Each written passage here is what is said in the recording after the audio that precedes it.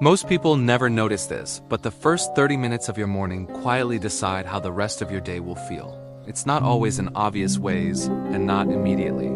But it shows up in your focus, in your energy, in how heavy everything seems to be. And here's the uncomfortable part. If your days consistently feel chaotic, distracted, or just plain exhausting, the problem usually starts before you even get out of bed. Just stay with me for a moment, because once you see this pattern, it's very, very hard to unsee. The problem isn't that you're unmotivated, and it's not that you lack discipline. The real issue, more often than not, is that your mornings have no anchor. They have no foundation. Every single morning, your brain asks one silent subconscious question: who's in control today? And whatever you do first, in that first half hour, gives it the answer. So let's start with something incredibly simple, but profoundly powerful: waking up at the same time. I'm not talking about waking up ridiculously early or doing anything extreme. I'm talking about consistency. When your wake-up time changes every single day, your nervous system never gets a chance to settle. It's like it's always waiting for a surprise. Your body stays in a state of low-grade anticipation. Your mind stays slightly alert, even when it should be at its calmest. But consistency sends a completely different signal. It tells your body and mind, we're safe, we know what's coming. We have a predictable rhythm. And that feeling of safety is the very foundation that allows genuine focus to exist. Now, here's the exact point where most people quietly lose the day, without even realizing it. The phone. The moment you unlock that screen, your attention leaves your own body. It's instantly pulled into a dozen different directions. Messages from last night.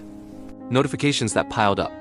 Other people's priorities, their dramas, their requests, all flooding into your mind before your own thoughts have even had a chance to form. Your brain was simply not designed to handle that kind of information overload first thing in the morning. So instead of starting the day with clarity and a sense of purpose, you start the day fragmented, scattered, anxious.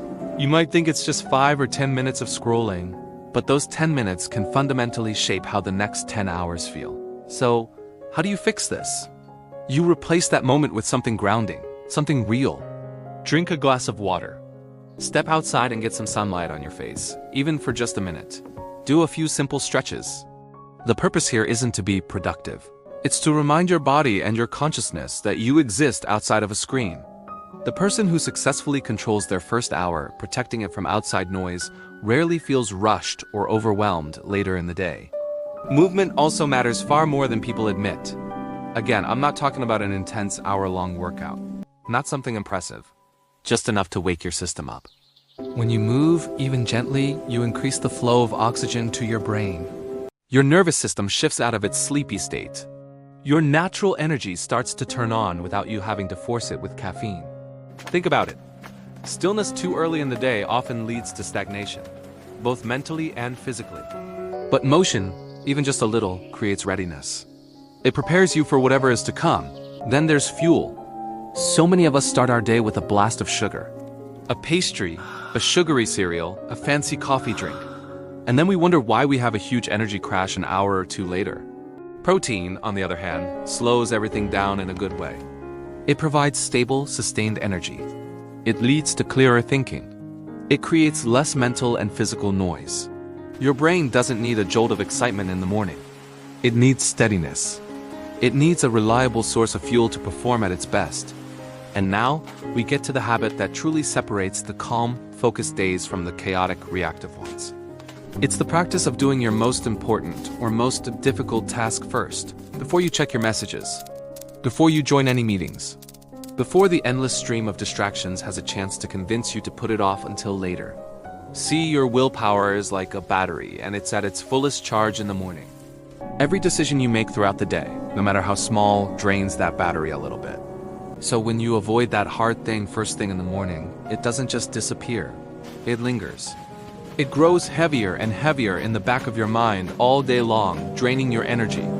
But when you face it early, when you tackle it head-on, an amazing thing happens.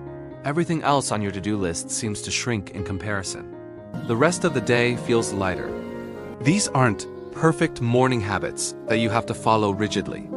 They are quiet, personal systems. They are frameworks designed to reduce resistance in your life, to reduce decision fatigue, to reduce that constant nagging feeling that life is pushing back against you at every turn. You don't need more motivation. You don't need to just try harder. What you need are fewer things pulling your attention in 100 different directions from the moment you wake up, because your life doesn't change in big, dramatic moments. It changes in the small, quiet ones.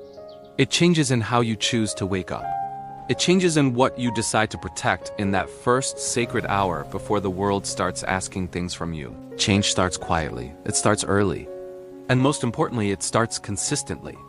Let that sit with you for a bit. Most people will close this video and do nothing. If that's not you, leave a like, comment intentional if you're acting tomorrow, subscribe. This channel is for builders. We don't watch life pass by. We build.